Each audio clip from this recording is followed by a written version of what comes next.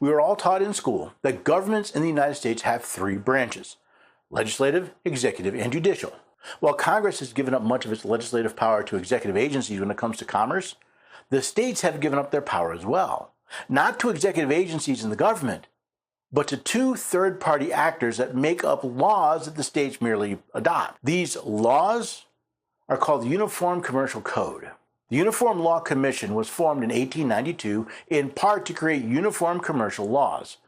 The Uniform Negotiable Instruments Law was approved in 1896 and soon enacted in every state. More commercial laws soon followed: the Uniform Sales Act and Uniform Warehouse Receipts Act in 1906, the Uniform Bills of Lading Act and Uniform Stock Transfer Act in 1909, and the Uniform Conditional Sales Act in 1918. In the late 19th century, the United States was in the middle of the Industrial Revolution. With the migration west of so many people now connected by railroads, the differences in commerce laws between the different states was becoming a hindrance. In 1892, a group was formed called the Uniform Law Commission to help create laws that multiple states could agree to, allowing better interstate commerce. There's just one problem here: the Constitution.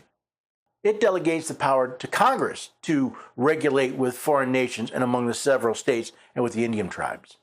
Not just the fact that Congress has the power to regulate interstate commerce, this code defines commerce within the states. Furthermore, states are forbidden from entering into interstate compacts without Congress's permission. No state shall, without the consent of Congress, lay any duty of tonnage, keep troops, or ships of war in time of peace, enter into any agreement or compact with another state. However, this isn't an interstate compact since the states don't agree to adopt the parts of the UCC, but to consider the proposed legislation. So we have a loophole to implement common laws used for both interstate and intrastate commerce, which is nothing new, though I'm getting ahead of myself. The ULC officially took on the task of drafting a comprehensive code to promote guidelines for all commercial transactions in 1940. Let me be perfectly clear. I do not have a problem with individuals or even groups suggesting legislation. I have drafted and continue to draft suggested legislation for my state and county representatives for consideration. As we'll see, it's not the suggestions that are the problem.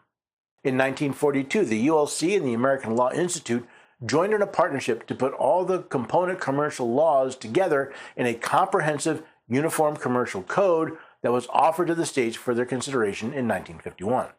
I can only assume that the American Law Institute is full of lawyers. I don't know what the law schools taught back in 1942, but today my polling has shown they don't teach the supreme law of the land, the United States Constitution. Again, the idea of making the commerce laws between the states more uniform has some logic to it. But I don't think what was started back in the 1940s is what we're seeing today. Pennsylvania became the first state to adopt the UCC in 1953, and every other state followed suit over the next 20 years. In 1953, all 48 states adopted the UCC, created by two third parties as laws. Alaska and Hawaii adopted the UCC after they joined the Union in 1959.